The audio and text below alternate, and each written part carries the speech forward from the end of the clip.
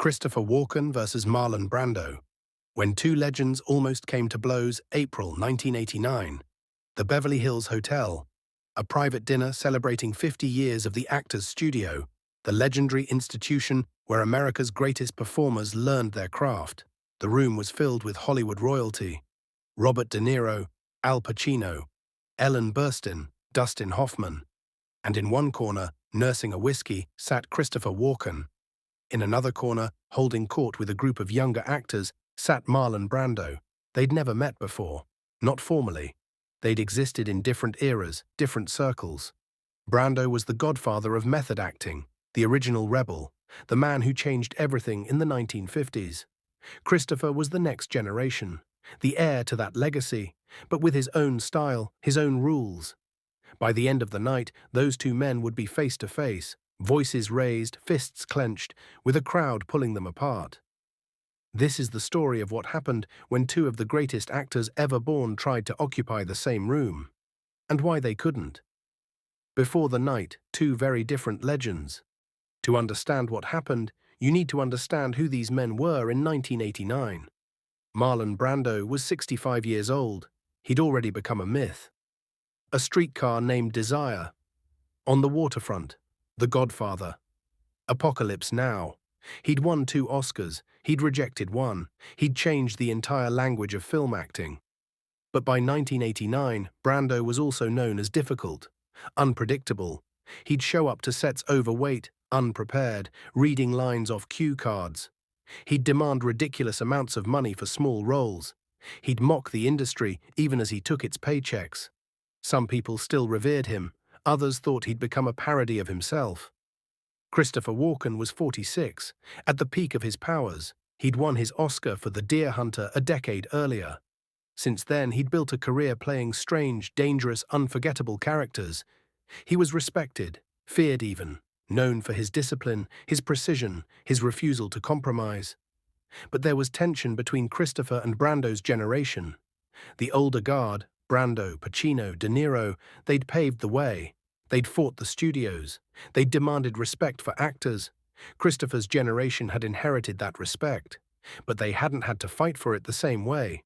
And some of the older actors resented that. The dinner, a celebration that turned tense. The actors' studio dinner was supposed to be a celebration, alumni from every decade gathering to honor their shared history. Lee Strasberg, the studio's legendary teacher, had died a few years earlier. This event was partly a tribute to him, a reminder of what he'd built. Christopher arrived early. He didn't like crowds, but he respected the studio. It had shaped him. He sat at a table near the back with a few other actors from his era. Brando arrived late. He always did. He walked in wearing sunglasses, indoors at night, and a loose-fitting shirt. He'd gained weight. His hair was pulled back. He looked like a king entering his court. People stood up, applauded. Brando waved them off. Sit down, he said. But he was smiling. He loved the attention, even as he pretended not to. He took a seat at the center table, ordered a drink, started telling stories. Christopher watched from across the room. He didn't applaud. He just watched. The first exchange, a joke that didn't land. About an hour into the dinner, someone at Brando's table mentioned Christopher. They were talking about The Deer Hunter, about method acting, about the new generation of actors. Brando glanced over at Christopher, raised his glass. To the young guns, he said, loud enough for people to hear, keeping the tradition alive. It wasn't exactly an insult, but the way he said it, mocking, dismissive, made it clear he didn't mean it as a compliment. Christopher didn't react. He just kept eating. But someone at his table leaned over and whispered, "You gonna let him talk to you like that?" Christopher put down his fork. He didn't talk to me, he talked at me. There's a difference. Still, the seed was planted. The debate, acting as religion. Later in the evening, the event organizer asked a few actors to come up and say a few words about Lee Strasberg, about the studio, about what it meant to them. Brando went first. He stood up, slowly, dramatically, and walked to the front. Lee Strasberg, Brando began, was a genius. But he was also a tyrant. He wanted us to suffer for our art, to bleed for it. And we did. Because we believed it mattered. He paused, looked around the room. But here's the thing. Acting isn't supposed to be suffering. It's supposed to be truth, and sometimes the truth is easy. Sometimes it's fun. Lee forgot that. He made it into a religion. And religion, my friends, is dangerous. People shifted uncomfortably. This wasn't the tribute they'd expected. Brando sat down. The room was silent. Then Christopher stood up. Nobody had asked him to speak, but he walked to the front anyway. With all due respect, Christopher began, his voice calm, measured. I disagree. Brando looked up, interested now. Lee Strasberg didn't make acting into a religion, Christopher continued. He made it into a discipline. And there's a difference. Discipline means you show up, you prepare, you commit. You don't phone it in. You don't show up overweight and unprepared and read your lines off cue cards because you think you're too important to memorize them. The room went dead silent. Everyone knew who he was talking about. Brando's face hardened. He stood up. You got something to say to me, kid? Christopher turned to face him. I'm not a kid.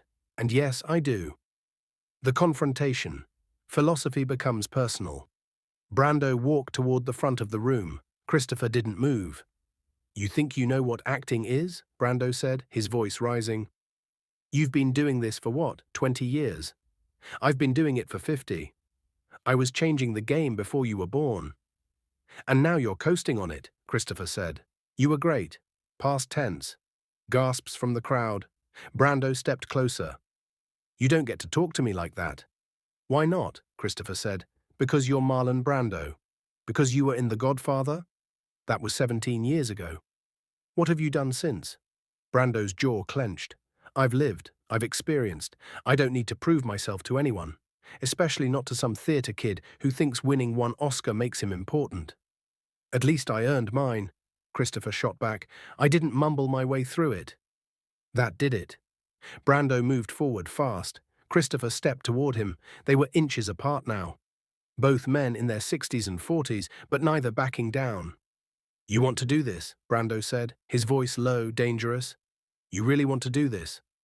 I'm not afraid of you, Christopher said. You should be.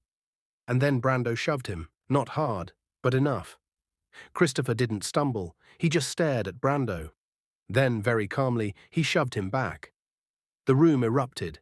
People jumped up. De Niro and Pacino rushed forward, grabbing Brando.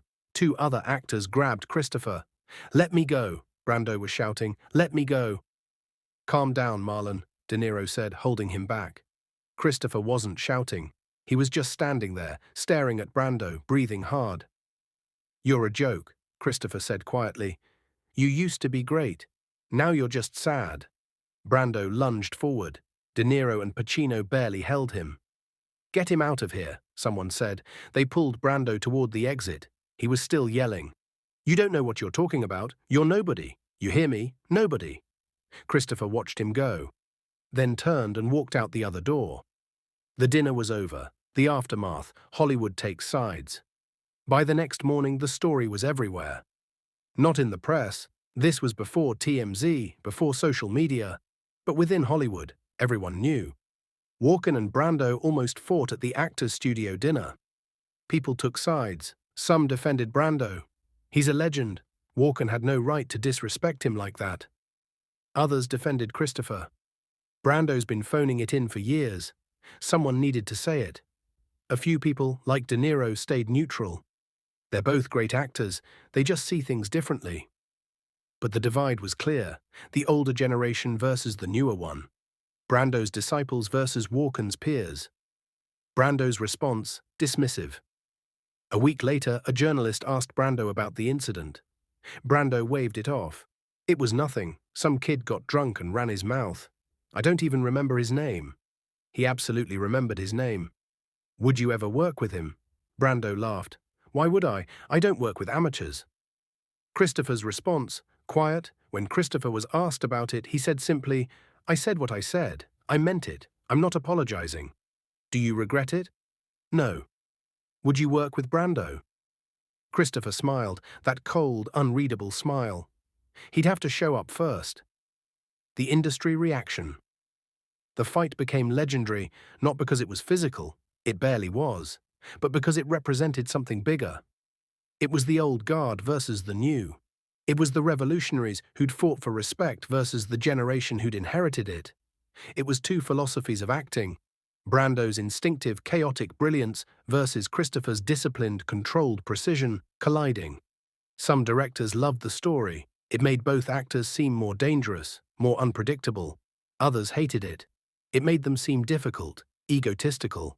But everyone agreed. You didn't want both of them on the same set. Did they ever speak again? No. Over the next 15 years, Brando died in 2004, they never worked together. They were never at the same event.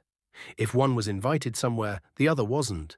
It became an unspoken rule in Hollywood: don't put Walken and Brando in the same room. In 2001, a director tried to cast them both in a mob film. Brando said yes. Christopher said no. Why not? The director asked. Because I don't work with people I don't respect, Christopher said. What the witnesses say over the years, people who were at that dinner have shared their memories. Al Pacino said, I understood both sides. Marlon was the greatest, but he'd lost his discipline. Chris was right about that. But Chris was also young enough to still care about that stuff. Marlon had moved past it. Ellen Burstyn said, it was painful to watch. Two brilliant men destroying each other over pride. Robert De Niro, who stayed mostly quiet about it, finally said in 2010, they were both right, and they were both wrong. That's what made it tragic. Brando's private thoughts. Before Brando died, he gave one final interview. The journalist asked about his regrets. Brando mentioned a few things, then unexpectedly said, I regret that thing with Walken. The fight? Not the fight, Brando said. What I said after, calling him an amateur, that was petty. He's not an amateur, he's good. Really good. I didn't want to admit it. Why not? Brando smiled sadly. Because admitting he was good meant admitting I wasn't anymore. Christopher's reflection. Years later, in 2015, Christopher was asked about Brando. Do you regret what you said that night? Christopher thought for a long time. I regret the way I said it. I was harsh, meaner than I needed to be. But not the content. No, he'd become lazy, and lazy is the one thing an actor should never be. If you could go back, would you do it differently? Christopher smiled. Probably not.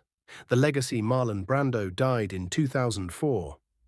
Christopher Walken is still alive, still working, still precise and strange and brilliant. They never reconciled. They never worked together. They exist in Hollywood history as two legends who couldn't coexist. And maybe that's okay. Because some people are too big to share the same space. Some egos can't be in the same room. Some philosophies are incompatible. Brando believed acting was about instinct, about breaking rules, about chaos.